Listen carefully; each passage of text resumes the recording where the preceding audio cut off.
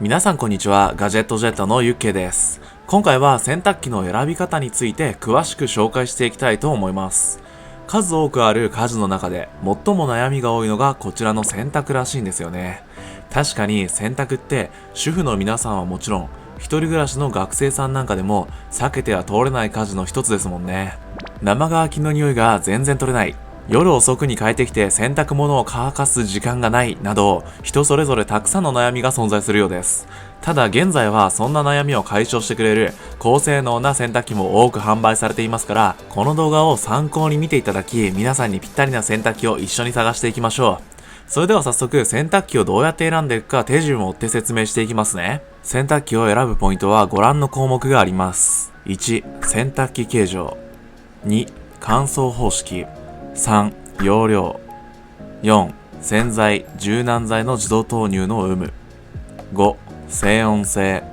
6、サイズです。洗濯機を選ぶポイントの1つ目は洗濯機形状です。洗濯機には縦型、ドラム式の大きく分けて2つのタイプに分かれます。実際皆さんが最も悩まれる2択がこの洗濯機形状らしいので、縦型、ドラム式でどんな違いがあるのか詳しく解説していきますね。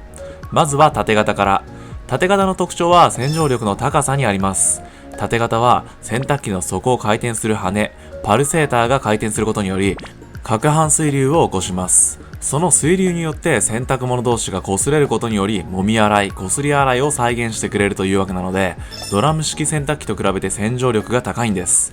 またドラム式と比べてサイズもコンパクトなので、設置スペースがあまり取れないといった方にもおすすめです。さらにドラム式と比べてかなり安価で、安いものだと2万円を切る製品まで幅広くラインナップされています。ただ縦型にもデメリットはあります。洗濯物を渦のように回す必要があるので、より多くの水を使い、結果的に水道代が高くなってしまう。縦型にも乾燥機能がついているモデルもあるのですが、乾燥させるときに洗濯機の底で洗濯物が転がるようにして乾かされるので、洗濯物にシワがつきやすかったり、丸まって団子状になってしまうため、結果的にしっかり乾燥されなかったりといったデメリットもあります。続いてはドラム式です。ドラム式の特徴は乾燥性能の高さにあります。ドラム式はドラムを回転させ衣類を持ち上げて落とすため、叩き洗いとドラムを急速に反転させ小刻みに衣類を動かす揉み洗いも組み合わせています。縦型とは異なり、乾燥時にも衣類が宙を舞ってくれるので、洗濯物が絡みにくく効率よく乾燥できる設計になっているのが一番のポイントですね。叩き洗いと洗濯物が絡みにくい点から、衣類にも優しくシワになりにくいといった点も大きなメリットです。また縦型のように渦のような水流を作る必要がないので、約 50% もの節水につながり、水道代も安く抑えられます。ただ縦型と比べて値段がかなり高く、簡易モデルでも10万円は超えてくる価格設定になっています。また機器自体も縦型と比べると大きいため、設置スペースが少ない人の導入が難しいといったデメリットもあります。僕の知り合いでも乾燥機能を使うためにドラム式の洗濯機を買いたいって言ってたんですけど、結果的に設置スペースがなくて諦めてましたね。この結果から縦型とドラム式どちらにどんな人が向いているのかまとめてみましたのでご覧ください。縦型洗濯機に向いている人、洋服が汚れやすい仕事柄の人、小さいお子さんがいる人、洗濯物を干すのが苦ではない人、洗濯機の設置スペースがあまりない人、ドラム式の洗濯機に向いている人、洗濯物を干すのが面倒だと感じている人、洋服が過度に汚れることがない人、洗濯機の設置スペースが十分ある人、一人暮らしの人や同棲している人、それでも決めかねている人は自分が乾燥機能を使うのか使わないのかを考えてみましょう。乾燥機能を使いたいのであればドラム式を、乾燥を使わないのであれば縦型を選べばまず問題ないでしょう。洗濯機を選ぶポイントの2つ目は乾燥方式です。乾燥方式にはヒーター式、ヒートポンプ式の大きく2つの種類に分かれます。ヒーター式は電気を直接熱に変えて、その熱を洗濯槽に送ることで洗濯物を乾燥させるという仕組みです。この方式はドライヤーで乾かすようなもので、約80度から100度の高温の熱風を吹きかけるため、カラッとした仕上がりになる反面、生地が傷みやすいという欠点があります。それに対してヒートポンプ式は湿気を含んだ空気を除湿し、機外に排水、乾いた温風で衣類を乾燥させるという仕組みです。こちらは除湿機と同じような仕組みですね。ヒーター式とは異なり、60度以下の比較的低温で乾燥させるため、衣類へのダメージが少ないといったメリットがあります。ただその反面、洗濯機にエアコンのような装置を取り付ける必要があるため、洗濯機自体が高価になってしまいがちです。ヒーター式とヒートポンプ式を簡単に比較したものがこちらになります。この中でも個人的に特に重要だと思う項目は水道代と電気代です。光熱費は長期的にかかってくるコストになってきますし、家計をやりくりする主婦の皆さんは特にこだわる部分ですよね。2つの方式でかかってくる光熱費が圧倒的に違うんです。ヒーター式の場合、外部の空気を80度から100度に高温にする必要があり、イメージ的にはドライヤーと同じです。そのため電気代もかなりかかってくるのも納得できますよね。意外かもしれませんが、ヒーター式では水道代も余分にかかってしまうんです。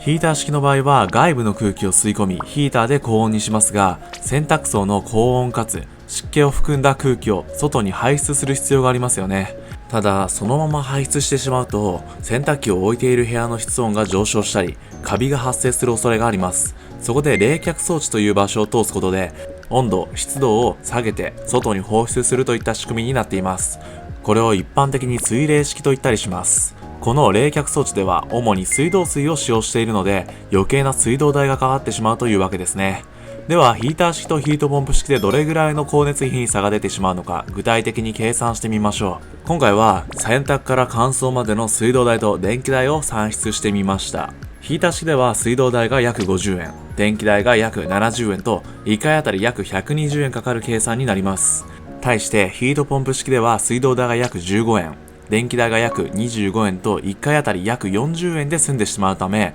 3倍ものコスト削減につながります。これを1年間使った場合、ヒーター式では43,800円、ヒートポンプ式は14,800円となります。さらに洗濯機の寿命は6年から8年と言われていますので、8年間使用した場合の金額差も見ていきましょう。8年間使用した場合、ヒーター式は35,400円、ヒートポンプ式は118,400円となり、約23万円も差が生じてくるんです。ヒーター式とヒートポンプ式の比較表でもありましたが、基本的にはヒートポンプ式よりもヒーター式の方が安価ではあります。ですが、このように長期的に使用するとなると、光熱費等のコスト面からするとヒートポンプ式の方が個人的にはおすすめできます。ここまでの内容をまとめていくとこうなります。乾燥機能は一切使わない人であれば、縦型洗濯機。乾燥機能は使いたいけど、毎日使うほどでもないという方であれば、ヒーター式のドラム式洗濯乾燥機。乾燥機能をがっつり使って洗濯を干す気がないという方であれば、ヒートポンプ式のドラム式洗濯乾燥機。大まかな部分が決まったところで、洗濯機の選び方に戻りましょう。洗濯機を選ぶポイントの3つ目は容量です。当然ですが、洗濯機は各シリーズによって洗濯、乾燥ができる洗濯物の容量が決まっています。購入したはいいけど、洗濯物の量に対して洗濯機の容量が小さすぎたなんてことになったら目も当てられませんよね。そうならないためにも洗濯機の容量も事前に確認しておきましょう。1人1日分の洗濯物の量は約 1.5 キロと言われています。そのため、この 1.5 キロに使用する人の人数と洗濯物を貯める日数をかけることで適正容量を算出することができます。例えば、1人暮らしで2日に1回洗濯するのであれば3キロ、4人家族で毎日洗濯するのであれば6キロの容量の洗濯機を選ぶようにしましょう。ただ、毛布やシーツなど大きめのものを洗濯する場合もありますので、そこら辺もしっかりと考慮しましょう。毛布の場合はシングル、またはシングル2枚仕立てであれば7キロの洗濯機で洗濯が可能なので、最低でも7キロ以上のモデルを選択することをお勧めします。また、容量を選ぶ際に注意してほしいのが乾燥容量です。通常の洗濯機容量は洗濯容量を言います。乾燥機能が搭載されたモデルでは、それとは別に乾燥容量というものがあり、洗濯容量よりも小さめの値になっていることがほとんどです。これ結構な落とし穴じゃないですか？例えばパナソニックの NA-LX129AL では洗濯容量 12kg に対して乾燥容量 6kg と乾燥機の容量が洗濯の容量の半分になってしまっているんです。これを気にせず洗濯容量だけを見て購入したことにより、わざわざ洗濯を複数回に分けているなんていう家庭もあるみたいなので、乾燥機能を使用したいと考えている方は乾燥容量も踏まえた上で選ぶようにしましょう。洗濯機を選ぶポイントの4つ目は洗剤柔軟剤の自動投入機能の有無です。最近では液体洗剤や柔軟剤を本体の専用タンクに入れておけば、洗濯物の量やコースに合わせて洗濯機が勝手に必要な量を自動で計測投入してくれる洗剤柔軟剤自動投入機能を搭載した洗濯機も多くラインナップされています。当初はドラム式限定の機能でしたが、最近では縦型にも搭載され始めてきています。洗剤・柔軟剤自動投入機能を搭載した洗濯機のメリットにはご覧のようなものがあります。洗剤や柔軟剤を毎回計量する手間が省ける。詰め替え用の洗剤を買えばいいので経済的。洗剤・柔軟剤の入れ忘れを防止できる。洗剤・柔軟剤の入れすぎを予防できる。洗濯機周りにボトルを置かなくてもいいのでスッキリする。その中でもやっぱり一番のメリットは毎回計量する手間が省けるところですよね。